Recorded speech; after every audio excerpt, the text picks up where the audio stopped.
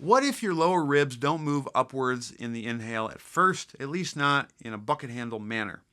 So as we alluded to in the previous question, the bucket handle action is when you breathe in, the ribs are going to move outward and upward, and as you breathe out, the ribs should move downward and inward. Sometimes when you're teaching your supreme clientele to stack, so they can talk to Zach, you might not see that. Instead, what you'll see is the ribs are going to move up and down like Charlie Brown with a frown, meaning they've had a loss of bucket handle dynamics when they are breathing.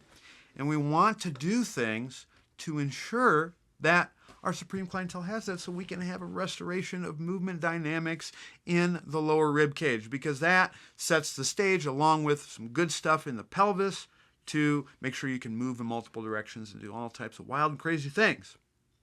So how do we teach our peeps to have the bucket handle action restored?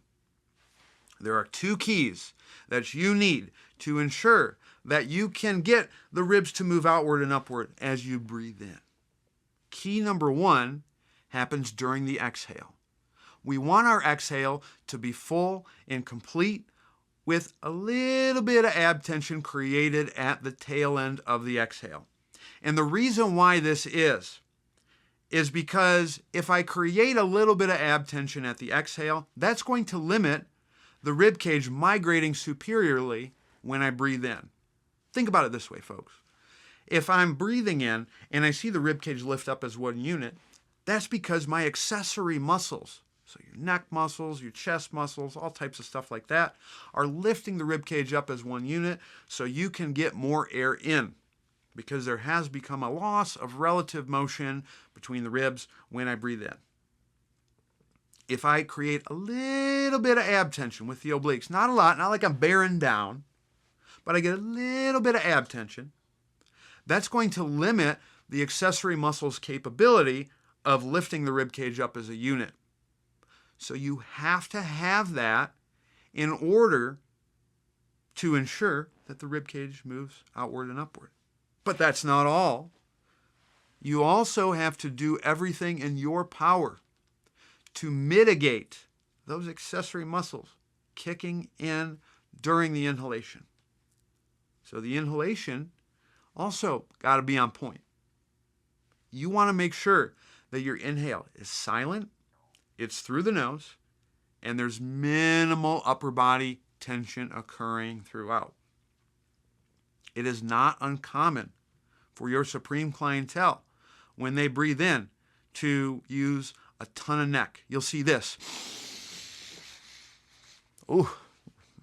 Feel a little bit of neck tension just doing that. If you see the base of the sternocleidomastoid and the scalenes kicking in as you inhale, it's too much. As my grandma would say, too much, really.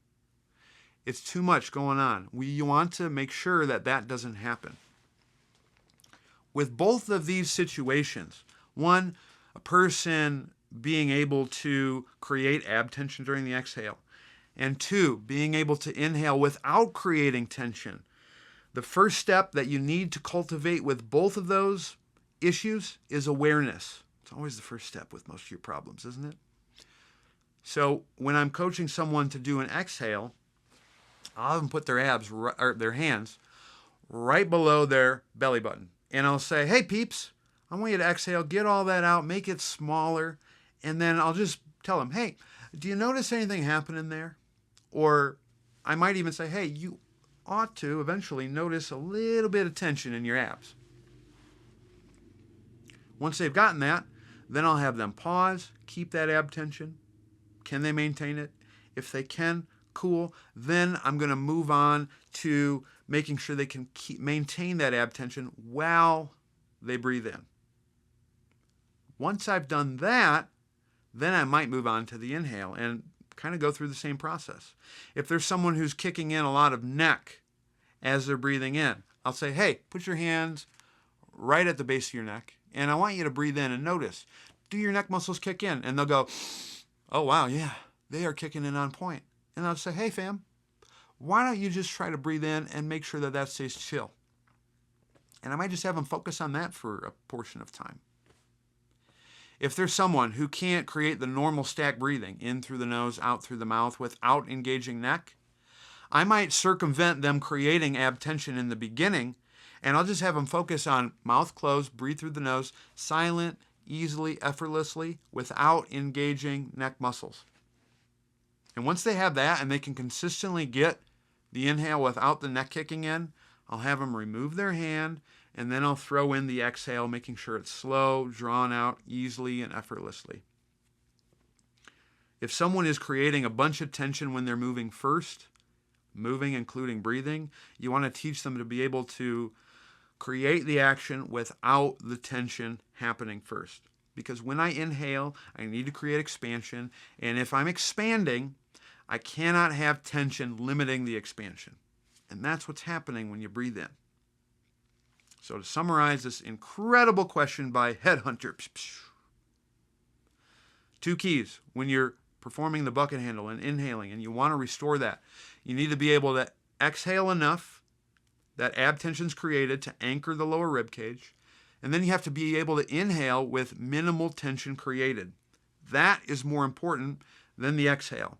So make sure that they inhale through their nose silently without engaging neck or chest or whatever. Focus on that first. Once you have that, then you want to cultivate awareness to them creating a full exhale, making sure the ab wall gets smaller. They create a little bit of ab tension and they maintain it throughout the breathing sequence, a pause and an inhale. If you do that, you ought to be in business. Unbelievable question, Headhunter.